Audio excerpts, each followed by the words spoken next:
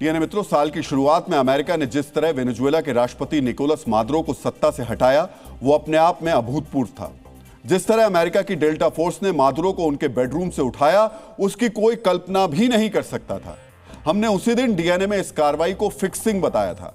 अब अमेरिका के operation absolute resolve को लेकर जो खुलासा हुआ है, वो इस फिक्सिंग की गवाही दे रहा है। डीएनए मित्रों, एक ब्रिटिश अखबार ने दावा किया है कि अमेरिका के इस ऑपरेशन में मादुरो की डिप्टी, यानी इस समय के उपराष्ट्रपति और मौजूदा राष्ट्रपति डेल्सी रोड्रिगेज की मिली भगत थी। उन्होंने ट्रंप के साथ पहले ही सब कुछ फिक्स कर लिया था। डेल्सी और उनके भाई ने मादुरो को सत्ता से हटाने के लिए कुछ महीने पहले अमेरिकी अधिकारियों से बातचीत शुरू कर दी थी।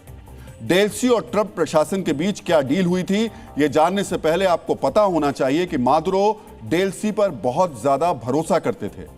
उन्हें इस बात का जरा भी यकीन नहीं था कि डेल्सी कभी गद्दारी कर सकती हैं, अमेरिका से हाथ मिला सकती हैं।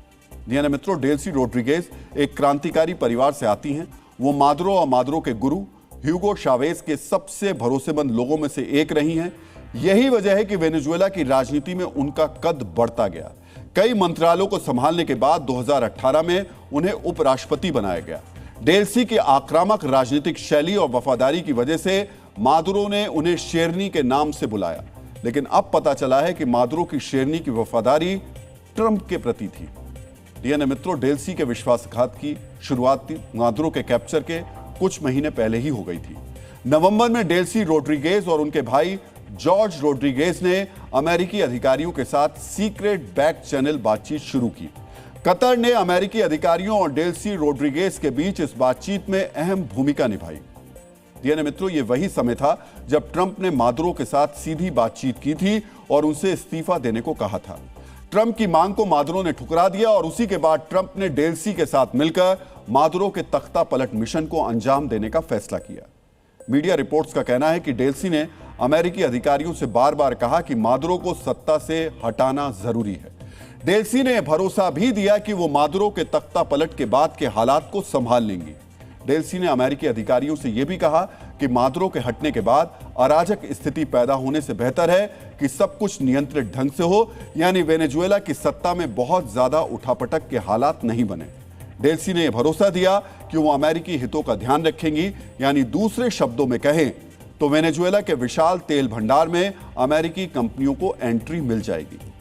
डीएनए मित्रों, यहां ध्यान देने वाली बात यह है कि डेल्सी ने बैक चैनल बातचीत के दौरान साफ कर दिया कि वो मादुरो को सत्ता से हटाने में सक्रिय रूप से मदद नहीं करेंगी। इसकी जगह वो मादुरो को हटाने के बाद के हालात को संभालने में साथ देंगी। इसका अर्थ यह है कि डेल्सी मादुरो को सत्ता से हटाना तो चाहती थी, लेकिन उन्हें यह भी डर था कि अगर नाकामी मिली तो इसकी सख्त सजा उन्हें मिल सकती है।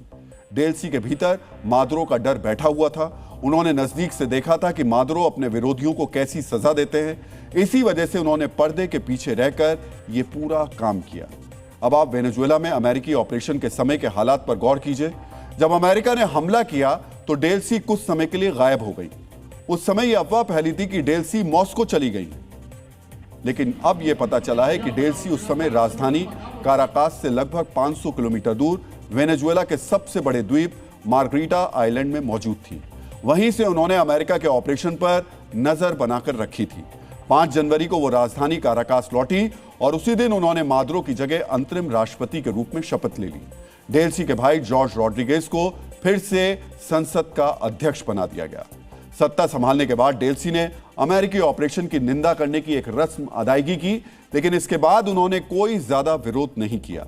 अब तो वो अमेरिका के साथ सहयोग भी कर रही हैं, अमेरिका के कहने पर कैदियों को रिहा कर रही हैं। सोचिए, किसी को कानो कान खबर नहीं हुई कि जिस डेल्सी को मादुरो अपना सबसे भरोसेमंद मानते थे, उन्होंने अमेरिका के साथ हाथ मिलाकर कितना बड़ा विश्वासघात किया। सबसे खास बात यह कि मादुरो को बेटे ने भी डेल्सी पर भरोसा जताया। राष्ट्रपति के रूप में डेल्सी के शपथ ग्रहण के समय भी मादुरो के बेटे मौजूद थे। अब आप 3 जनवरी के बाद के वेनेजुएला के हालात पर गौर कीजिए। वेनेजुएला में मादुरो के तख्ता पलट के बाद अराजकता की स्थिति बिल्कुल भी पैदा नहीं हुई। कुछ घंटों तक अनिश्चितता बनी रही, लेकिन उसके बाद डेल्सी ने सत्ता संभाल ली। ट्रंप ने डेल्सी को सत्ता से हटाने की कोई कोशिश नहीं की, जबकि वो चाहते तो डेल्सी के नाम पर तैयार नहीं होते, क्योंकि वो मादुरो की वफादार मानी जाती थी। साथ ही ट्रंप ने वेनेजुएला में विपक्ष की नेता और मादुरो की सबसे कट्टर विरोधी मारिया कोरिना मचाडो को बहुत ज्यादा भाव नहीं दिया। मचाडो के बार बार के अनुरोध के बाद ट्रंप ने उनसे मुलाकात की। मचाडो ने ट्रंप को खुश करने के लिए उन्हें अपने नोबेल शांति पुरस्कार तक दे दिया, लेकिन इसके बाद भी मचाडो को ट्रंप की तरफ से कोई ठोस आश्वासन नहीं मिला। अमेरिका इस बात पर नहीं अड़ा कि डेल्सी की जगह मचाडो को वेनेजुएला का राष्ट्रपति बनना चाहिए। ये तमाम बातें डेल्सी और ट्रंप के बीच फिक्सिंग की तरफ इशारा करते हैं, लेकिन दोनों में से कोई भी शायद दुनिया के सामने ये बात नहीं मानेगा।